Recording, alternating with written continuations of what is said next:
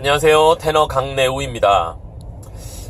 구조에 대한 이야기를 계속 하고 있습니다. 지금 시간에는 이제 비강에 대한 이야기를 좀 해보려고 하는데요.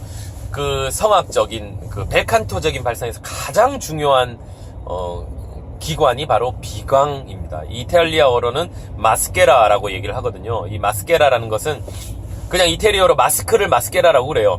이 마스크라고 하면 우리나라 사람들은 마스크라는 개념이 여기에 이 감기 걸렸을 때 쓰는 이쪽 하관을 쓰는 마스크를 이해를 하시겠죠. 근데 이탈리아나 유럽 사람들은 마스크라고 하면 옛날 중세시대 그 가면무도회 아시죠? 이렇게 손으로 이렇게 잡는 이 얼굴 상악을 상반을 이렇게 가리는 그 마스크를 떠올려요. 그래서 마스크라고 하면 이쪽 공간을 이렇게 이해를 하게 되는데, 그 마스케라라는 것이 바로 그거예요. 이 윗부분, 턱 상악부터 그 눈까지에 있는 이 부분을 마스케라라고 이야기를 합니다. 총체적인 공간을 얘기를 하는데요. 이 안에 뭐가 있냐면 비강이라는 공간이 있고요. 또 눈앞에 전두동, 무슨 부비동, 여러 가지 공간들이 있어요. 수십 개의 동굴들이 있어요. 그 뼈 안에 비어있는 공간들이 있어요. 가장 큰 공간이 비강이기 때문에 한국어로는 그냥 비강이라고 얘기를 하지만 실제로는 비강 외에 그 주변에 있는 모든 그 공간들을 다 총칭해서 아우르는 것이 바로 마스케라이고요. 한국어로 그냥 비강으로 저도 그렇게 설명을 하겠습니다. 앞으로 비강이라고 얘기를 할 때는 꼭 코 안에 있는 그 하나의 큰 공간만 얘기하는 것이 아니라 다른 주변에 있는 공간까지 다 아우른다라고 여러분들이 이해를 하시면 될 거예요. 이 비강이라는 공간이 무슨 역할을 하느냐, 저번 시간에도 얘기를 했지만 의사가 나와서 의학적으로는 아무 역할이 없다라고 얘기를 했는데 천만의 말씀이에요. 이 비강은 소리를 확성시키고 압축시키는 역할을 합니다. 시간에 많이 얘기를 했죠. 소리는 반드시 어떤 딱딱한 공간 안으로 들어가서 확성이 이루어져서 그 울림이 증폭이 된다라고 얘기를 했는데, 구강에는 물론 충분히 그럴 수 있지만 그 문제점에 대해서 많이 얘기를 했고요. 이 비강으로 소리가 들어가면 이제 그 딱딱한 독특한 음색을 만들어내게 돼 있어요. 뼛소리라고 그래요. 뼛소리. 소리가 비강으로 들어가면 아주 좀 거친 듯한 뼛소리가 나게 돼 있어요. 근데 구강으로 들어가면 아주 부드럽거든요. 비교를 해보자면 뭔가 이렇게 풍성하고 따뜻한 소리를 내는 구강 공명이 있다면 소리가 그 비강으로 들어가면 뭔가 딱딱하죠.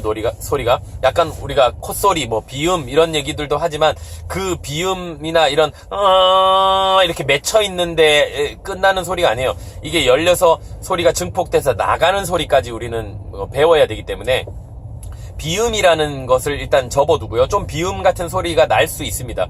익숙하지 않아서 그래요. 이 콧소리로 들어가면 비강 쪽으로 울리는 소리는 여기에 있는 뼈를 전체로 울리는 소리예요. 그렇다면 우리가 실제로 그냥 추상적인 개념으로 마스케라를 써라, 비강을 울려라 이렇게 얘기를 하는 것이 아니라 실제적인 거예요. 실제적인 거. 근데 많은 성악가들 중에서도 그렇게 얘기하는 분들이 있어요. 마스케라를 쓰기 위해서는 입천장에 있는 경구개를 울려서 이쪽으로 소리를 보낸다라고 생각하고 소리를 내라. 근데 이거는 굉장히 추상적이죠. 우리 그 소리라는 것이 타악기가 아니에요. 절대 소리를 이렇게 북처럼 울려서 이 그 경구개를 두드려서 소리를 이렇게 비강 쪽으로 보내는 그런 타악기가 아니죠. 우리 이 목소리는 비교하자면 트럼펫 같은 그런 관악기에 비교를 할 수 있어요. 트럼펫 중에서도 내추럴 트럼펫 같은 경우는 그냥 이 소리의 압력만으로 그 음정의 높낮이를 우리가 조절을 하거든요. 이 앞에 마우스피스, 리드라고 그러는데 이거를 푸 하고 불어서 소리가 발생이 되면 그 소리가 관을 타고 압력에 의해서, 그러니까 불어내는 압력은 호흡이겠죠. 그 다음에 이 소리를 발생시키는 리드는 성대이겠죠. 그 다음에 그 긴 금속 관이 바로 그 울림통을 만들어주는 우리 몸으로 따지면 비강이나 구강 역할을 하게 되는데, 이 구강은 제가 얘기했잖아요. 움직이기 때문에 절대 그 하나의 명료한 소리를 만들어내지 못해요. 그래서 비강으로 우리가 비교를 하자면 그 울림통, 바이올린으로 따지면 바디가 되겠죠. 몸통. 그 다음에 피아노로 따져도 피아노의 그 몸통, 그 역할을 하는 것이 바로 이 비강입니다. 가장 중요한 것은 이 비강이나 이런 울림통은요, 움직이면 안 돼요. 이게 변화가 되면 안 된다는 거예요. 생각해보세요. 모든 악기들이 다 변하지 않는 각자의 울림통을 가지고 있어요. 그렇기 때문에 그 고유한 음색을 내는 것이지, 피아노가 치다가 갑자기 그 몸통이 이렇게 바뀌거나, 바이올린이 이렇게 하다가 갑자기 흐물흐물해지면서 다른 모양을, 몸통을 만들어낸다거나 그럴 수 없잖아요. 그래서 그 악기 고유한 음색을 만들어내는, 이게 벨칸트의 아주 중요한 그 원리인데, 이 구강이라는 것은 그 원리에 너무나 위배된다는 거예요. 울림 자체가 색깔이 자꾸 바뀌는 거예요. 음색이 바뀌면은 절대로 안